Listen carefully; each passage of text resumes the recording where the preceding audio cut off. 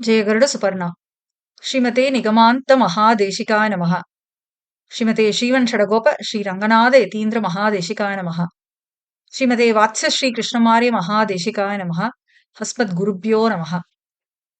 இன்னைக்கு தை சுவாதி அபினவ தேசிகன் அப்படின்னு கொண்டாடுற உத்தமூர் சுவாமியோடைய திருநக்ஷத்திரம். ஸ்ரீ ஊவே அபினவ தேசிக வாத்ஸ்ய சச்சக்கரவர்த்தி ஸ்ரீ உத்தமூர் வீரராகவாரிய மகாதேசிகனுடைய திருநக்ஷத்திரம் தான் தை சுவாதி. ஒரு ஆச்சாரியனை கொண்டாடணும்னா அவருடைய தனியனை சொல்லிதான் கொண்டாடணும். உத்தமூர் சுவாமியோடைய தனியனுக்கு ஒரு தனி ஸ்பெஷாலிட்டி இருக்கு. யூஸ்வலா சிஷ்யர்கள் ஆச்சாரியனுக்கு தனியன் எழுதுவா. ஆனா இங்க உத்தமூர் சுவாமியோடைய ஆச்சாரியனான கோழியாளம் சுவாமி தன்னுடைய சிஷ்யனான உத்தமூர் சுவாமிக்கு அவருடைய ஒரு தனியனை எழுதியிருக்கார். அந்த தனியன் அத்புதம் யஸ்ய விக்ராந்தம் வேதவீதி விஷோதனே அபரம் நிகமாந்தாரியம் பிரபத்யே வீரராகவம் அப்படின்னு ரொம்ப அழகான தனியன். இந்த தனியனுடைய அர்த்தம் என்னன்னா, வேதம் என்னும் வழியை சீர்படுத்துவதில் யாருக்கு பராக்கிரமம் ஜாஸ்தி இருக்கோ, அற்புதமா இருக்கோ, அத்தகைய மற்றொரு வேதாந்தாச்சாரியராக, அதாவது அபினவ தேசிகனாக விளங்கும் உத்தமூர் வீரராகவ சுவாமியை வணங்குகிறேன் அப்படின்னு அமைஞ்சதுதான் இந்த அற்புதமான தனியன். அத்புதம் யஸ்ய விக்ராந்தம் வேதவீதி விஷோதனே அபரம் நிகமாந்தாரியம் பிரபத்யே வீரராகவம். அபினவ தேசிகன் உத்தமூர் சுவாமி பல கிரந்தங்கள் சாச்சிருக்கார். அதாவது இன்னைக்கு நம்ம தேசிக சம்பிரதாயத்துடைய ஒரு விஷயத்தை கத்துக்கணும்னா அது எந்த கிரந்தமா இருந்தாலும் சரி, ஸ்ரீபாஷ்யமா இருந்தாலும் சரி, ஆழ்வார்கள் பாசுரங்களா இருந்தாலும் சரி, ராமாயணமோ திருப்பாவையோ இல்லாட்டி கீதா பாஷ்யம், இந்த மாதிரி எந்த ஒரு உபனிஷத் பாஷ்யங்களா இருந்தாலும் சரி, எந்த ஒரு ஒரு கிரந்தத்தை நம்ம கத்துக்கணும் அப்படின்னாலும் அதுக்கு நமக்கு வழிகாட்டுற மாதிரி உத்தமூர் சுவாமியோடைய வியாக்கியானங்கள் அமைஞ்சிருக்கு. உத்தமூர் சுவாமிய பத்தியும் அவருடைய வியாக்கியானங்கள் பத்தியும் அந்த வியாக்கியானத்துல இருக்க சைலிய பத்தியும் அடியனுடைய ஆச்சாரியன் ஸ்ரீ ஏபிஎன் சுவாமி அவர்கள் காலக்ஷேபத்துல அடிக்கடி சாச்சது உண்டு. ஸ்ரீமத் சாரம், அதுக்கப்புறம் ஹம்ச சந்தேஷம், ராமாயணம், சம்க்ஷேப ராமாயணம், திருப்பாவை போன்ற காலக்ஷேபங்கள்ல, கீதா பாஷ்யம், இந்த மாதிரி காலக்ஷேபங்கள்ல சுவாமி உத்தமூர் சுவாமியுடைய சைலி, அவர் வியாக்கியானங்கள்ல எப்படி, முக்கியமா பிரபந்த ரக்ஷையில எப்படி பாசுரங்களுக்கு அவர் விளக்கம் செஞ்சிருக்கார் அப்படிங்கறதெல்லாம் ரொம்ப டீட்டெயில்டா காலக்ஷேபங்கள்ல சாதிக்கிறது உண்டு. உத்தமூர் சுவாமி ஸ்ரீமத் வால்மீகி ராமாயணத்துக்கு சங்க்ஷேப ராமாயணம் அப்படின்னு வால்மீகி ராமாயணத்துல இருக்கிற முதல் சர்க்கத்துக்கு வியாக்கியானம் டீட்டெயில்டா பண்ணியிருக்கார். ஆக்சுவலா இந்த சங்க்ஷேப ராமாயணம் காலக்ஷேபத்துல இருந்து அடியேன் கத்துண்ட ஒரு விஷயத்தை தான் உங்க எல்லார்கிட்டயும் இந்த ஆடியோல ஷேர் பண்ணிக்க போறேன். ராம நாம தியானத்துல இருந்த வால்மீகி பகவான் ராமனுடைய சரித்திரத்தை எழுதணும் அப்படின்னு நினைச்சுட்டு இருந்தார். அந்த டைம்ல தான் நாரத முனிவர் அவரோட ஆசிரமத்துக்கு வரார். அங்க வால்மீகி பகவான் நாரத முனிவர் கிட்ட ஒரு 16 குணங்களை பட்டியலிட்டு, இந்த குணங்களை கொண்டவர் யார், இப்பொழுது யார் இருக்கா அப்படின்னு கேக்குறார். அதுக்கு நாரத முனிவர் வால்மீகி கிட்ட ராமனை பத்தி சொல்லி ராமனுடைய சரித்திரத்தை சுருக்கமா சொல்றார். அதுதான் வால்மீகி ராமாயணத்துடைய முதல் சர்க்கமான சம்க்ஷேப ராமாயணம். இந்த சம்க்ஷேப ராமாயணத்துக்கு உத்தமூர் சுவாமி ஒரு அழகான வியாக்கியானம் அருளி செய்திருக்கார். ஸ்ரீ ராமாயண சர்வஸ்வம் அப்படின்னு சொல்லிட்டு அந்த வியாக்கியானத்துக்கு பேர். அந்த வியாக்கியானத்தின் பிரகாரமா ஒரு அழகான அனுபவம். ராமன், சீதை, லக்ஷ்மணன் இவா 3 பேரும் காட்டுக்கு கிளம்பிட்டு இருக்கா. அப்ப பரத்வாஜர் ஆசிரமத்தை தாண்டி சித்திரக்கூடத்துக்கு போய் அங்க ஒரு குடில் அமைச்சு அங்க தங்கிட்டு இருந்தா. இந்த சீக்வன்ஸை எக்ஸ்பிளைன் பண்ற நாரதருடைய ஸ்லோகம், தேவனேன வனம் கத்வா நதீஸ்தீத்வா பகூதகாக சித்திரக்கூட்டமனுப்ராய பரத்வாஜஸ்ய சாசனாத் ரம்யா வசதம் கிருத்வா ரமமானா வனேத்ரயः தேவ கந்தர்வ சங்காசாஸ் தத்ர தே ன்யவசன் சுகம். இந்த ஸ்லோகத்துல நாரதர் வால்மீகி இடத்துல என்ன சொல்றார் அப்படின்னா, சீதாராம லக்ஷ்மணர்கள் 3 பேரும் ஒருத்தருக்கு ஒருத்தர் ரட்சணம் பண்ணிண்டு கங்கை அந்த மாதிரி நதிகளெல்லாம் கிராஸ் பண்ணி காடு வழியா போறா. அப்படி போகும்போது பரத்வாஜ மகரிஷியோடைய ஆசிரமத்தின் வழியா போய் அவருடைய நியமனம், அதாவது அவருடைய உத்தரவுப்படி சித்திரக்கூட்டம் அப்படிங்கிற ஒரு மலைய ரீச் பண்றா. அந்த சித்திரக்கூட்ட மாலையில அவ அழகா ஒரு பர்ணசாலை கட்டிண்டு ரொம்ப சந்தோஷமா இருக்காளாம். தேவர்களுக்கும் கந்தர்வர்களுக்கும் ஈடான சந்தோஷத்தோட அவ அங்க சித்திரக்கூட மலையில இருக்கா அப்படிங்கிறதுதான் இந்த அழகான ஸ்லோகம். இவா எங்கேருந்து கிளம்பியிருக்கா அப்படின்னு பார்த்தா அயோத்தி மாநகரத்திலேருந்து கிளம்பியிருக்கா. சொத்து சுகம் சொந்த பந்தம் எல்லாத்தையும் விட்டுட்டு நாட்டையும் விட்டுட்டு அவ காட்டுக்கு வந்திருக்கா. காட்டுக்கு காட்டுல வாழ்க்கை அப்படிங்கிறது வந்து ஈஸியான வாழ்க்கையே கிடையாது. ஆனா இந்த ஸ்லோகத்துல பார்த்தா நகரத்துல எல்லா சுகத்தோட வாழ்ந்த இவர்கள் மூணு பேரும் அந்த நகரத்திலேருந்து கிளம்பி காட்டுக்கு வந்திருக்கா. ஆனா இவ காட்டுல ரொம்ப சந்தோஷமா இருக்காளாம். அதுவும் எப்படி தேவர்களுக்கும் கந்தர்வர்களுக்கும் ஈடான ஒரு சுகத்தோட இவ காட்டுல வசிக்கிறா அப்படின்னு இந்த ஸ்லோகம் அமைஞ்சிருக்கு. இங்க ஒரு அழகான கேள்வி உத்தமூர் சுவாமி ரொம்ப அழகா அற்புதமா விளக்குறார் அவருடைய வியாக்கியானத்துல. இவாளுக்கு நாட்டுல சந்தோஷமா இல்ல காட்டுல சந்தோஷமா, இவாளுக்கு எங்க சந்தோஷம் அப்படின்னு ஒரு கேள்வி வருது ஃபர்ஸ்ட்.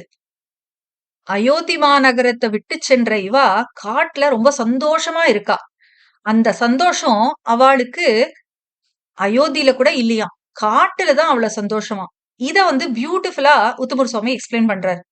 ஏன்னா இவாளுக்கு நாடான அயோத்தி ரம்யமா இருந்துதாம், அதாவது அழகா இருந்துதாம். ஆனா காடான சித்திரக்கூடம் சுரம்யமா இருந்துதாம், மிகவும் அழகா இருந்துதாம். அயோத்தியில சரையு நதி அப்படின்ற ஒரு தீர்த்தம் உண்டு.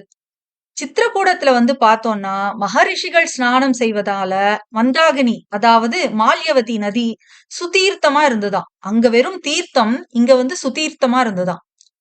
அயோத்தியில பார்த்தா மிருகங்கள் பட்சிகள் இவெல்லாம் மனுஷாலோட சேராம ஒரு மாதிரி பயத்தோடயே வாழ்ந்தாளாம். ஆனா சித்திரக்கூடத்துல அப்படி கிடையாது. அங்க இருக்கவா எல்லாருமே சாத்வீக மகரிஷிகளா இருந்தாளாம். அதனால அங்க இருக்க மிருகங்களும் பட்சிகளும் எந்த ஒரு பயமும் இல்லாம ஒரு களிப்போட ஒரு சந்தோஷத்தோட அந்த மிருகங்கள் கூட அந்த காட்டுல அவ்வளவு சந்தோஷமா இருந்ததாம். சோ இடமும் ரொம்ப அழகா இருந்தது, தீர்த்த வசதியோட இருந்தது, அதுவும் ஒரு சாத்வீக என்விரான்மெண்டா இருந்தது அப்படின்னு இதுல அழகா உத்தமர் சுவாமி எக்ஸ்பிளைன் பண்றார். இந்த ஸ்லோகத்துக்கு இன்னும் சில சுவாரஸ்யமான உள்ளர்த்தங்கள் உத்தமர் சுவாமியுடைய வியாக்கியானத்துல இருந்தத அடியனுடைய ஆச்சாரியன் ஸ்ரீ ஏபிஎன் சுவாமி எக்ஸ்பிளைன் பண்ணார். அதை அடுத்து பார்க்கலாம். இவா 3 பேரும் வனமா போய் சித்திரக்கூடத்தை ரீச் பண்ணியிருக்கா. இது எப்படி இருக்குன்னா ஜீவர்களாகிய நாம எல்லாரும் பல பிறவிகள் எடுத்து சம்சாரம் அப்படிங்கிற இந்த காடு ஒரு கானகத்துல நம்ம சுத்தின்னு இருக்கோம்ல, அது மாதிரி இவ அந்த காட்டு வழியா போய் சித்திரக்கூடத்தை அடைஞ்சிருக்கா. இவா 3 பேரும் அயோத்தியிலேருந்து சில நதிகளை கடந்துதான் காட்டுக்கு வரா. அதாவது கங்கை அப்படிங்கிற நதிகளெல்லாம் கடந்து எப்படி ஒரு ஜீவன் சம்சாரத்தை கடக்கும் போது விரஜா அப்படிங்கிற ஒரு நதிய கடந்து வைகுண்டத்துக்கு போறானோ அது மாதிரி இவா சித்திரக்கூட்டத்துக்கு வந்திருக்கா அப்படிங்கிறது இன்னொரு சுவாரஸ்யம்.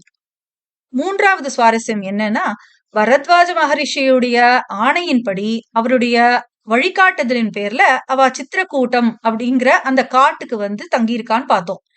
இது எப்படி இருக்கு அப்படின்னா மோட்சம் அடைந்த ஒரு பிரபன்னன் அமானவனுடைய ஆக்ஞையாய வைகுண்டம் புகுவது போல இருக்கு அப்படின்னு இங்க வியாக்கியானம். 4வது சித்திரக்கூட்டம் அப்படிங்கிறது ஸ்ரீவைகுண்டத்துல இருக்கிற ஒரு திருமாமணி மண்டபம் தான் இங்க சித்திரக்கூட்டம் அப்படிங்கிற இடத்த ரெப்ரசன்ட் பண்றதுன்றது 4வது சுவாரஸ்யம். அங்க சித்திரக்கூட்டத்துல யார் இருக்கா அப்படின்னு பார்த்தா பக்தர்கள் மற்றும் பாகவதர்களாகிய மகரிஷிகள் ரிஷிகள் இவா எல்லாரும் அங்க இருக்கா. இது எப்படி இருக்குன்னா ஸ்ரீவைகுண்டத்துல பெருமாளோட நித்திய முக்தர்கள் இருப்பது போல இருக்கா இந்த சித்திரக்கூடத்து சீன். இந்த ஸ்லோகத்துடைய ஹைலைட்டான இன்னொரு சுவாரஸ்யம் என்ன அப்படின்னு பார்த்தா ஸ்ரீவைகுண்டத்துல திவ்ய தம்பதிகள் பெருமாள் பிராட்டியோட நித்தியர்களும் முக்தர்களும் எல்லாரும் சேர்ந்து ஒரே விதமான ஒரு ஆனந்தம் ஒரு பிளிஸ்ஃபுல் ஸ்டேட்ல இருப்பாளாம். அதே மாதிரி இங்க சித்திரக்கூட்டத்துல ராமனும் லக்ஷ்மணன் சீதை இவா எல்லாருமே இங்க இருக்கிற மகரிஷிகளோட ஒரே விதமான ஒரு ஆனந்த நிலையில இருந்தா அப்படின்னு தெரியறது. நம்மளுடைய ஸ்ரீ வைஷ்ணவ சித்தாந்தத்துடைய முக்கியமான சில விஷயங்களை இந்த ஒரு ஸ்லோகத்து மூலமா நம்ம ரொம்பவே ரசிக்கலாம்.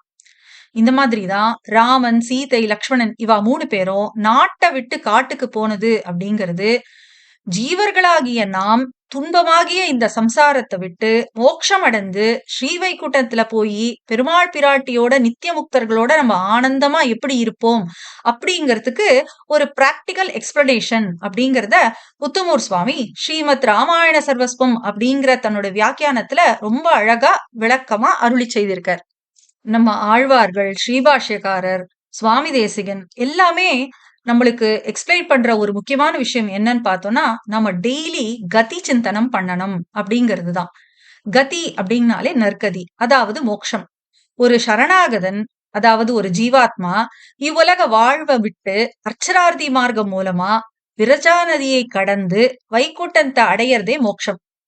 இந்த டிராவல் ஜெர்னி இருக்குல்ல, இங்க இருந்து சம்சாரத்தை விட்டு ஒரு பிரபன்னன் வைகுண்டத்துக்கு போற அந்த டிராவல் இருக்குல்ல, அந்த கதி, அந்த வழி, இதை சிந்தனம் பண்றதுதான் கதி சிந்தனம்.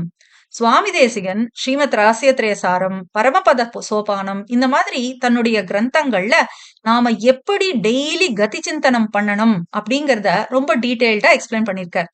சீதா லக்ஷ்மணனோட ராமன் எப்படி சித்திரக்கூட்டத்துக்கு போனான் அப்படிங்கறத நம்ம நினைக்கிறதும் இந்த கதி சிந்தனத்திற்கு ஈக்குவலண்டான ஒரு விஷயம் அப்படிங்கறத அபினவ தேசிகன் ஸ்ரீ உத்தமூர் சுவாமியுடைய விளக்கத்து மூலமா நம்ம தெரிஞ்சுக்கலாம். நம்மளுடைய இதிகாச புராணங்கள் எல்லாமே நம்மளுடைய வாழ்க்கை நெறிய விளக்க வந்தது. அந்த வாழ்க்கை நெறிய எப்படி அது விளக்குறது அப்படிங்கறத நம்மளுடைய ஆச்சாரியர்களுடைய பொக்கிஷமான வியாக்கியானங்கள் மூலமா தான் நம்மளுக்கு அது புரியும். இப்படிப்பட்ட ஒரு வியாக்கியானம் தான் ராமாயணத்துக்கு உத்தமூர் சுவாமி எழுதின ஸ்ரீமத் ராமாயண சர்வஸ்வம் அப்படிங்கிற இந்த வியாக்கியானம். இந்த வியாக்கியானத்திலேருந்து பல அழகான விஷயங்களை அடியேனுடைய ஆச்சாரியன் ஸ்ரீ ஏவிஎன் சுவாமி கிட்ட இருந்து கத்துண்டத உங்ககிட்ட இந்த தை சுவாதி அப்படிங்கிற நன்னாள்ல ஷேர் பண்ணிட்டதுல அடியேன் பெரும் பாக்கியமா கருதுறேன். நம்மளுடைய அற்புதமான குரு பரம்பரைக்கு என்னுடைய நமஸ்காரங்களை தெரிவித்துக் கொண்டு உங்களிடமிருந்து விடைபெறுவது அடியேன் ஸ்ரீரஞ்சனி ஜெகநாதன், சரண் சேவக், ஸ்ரீ ஏபிஎன் சுவாமியின் சிஷ்யை. ஜெயகுருட சுபர்ணா.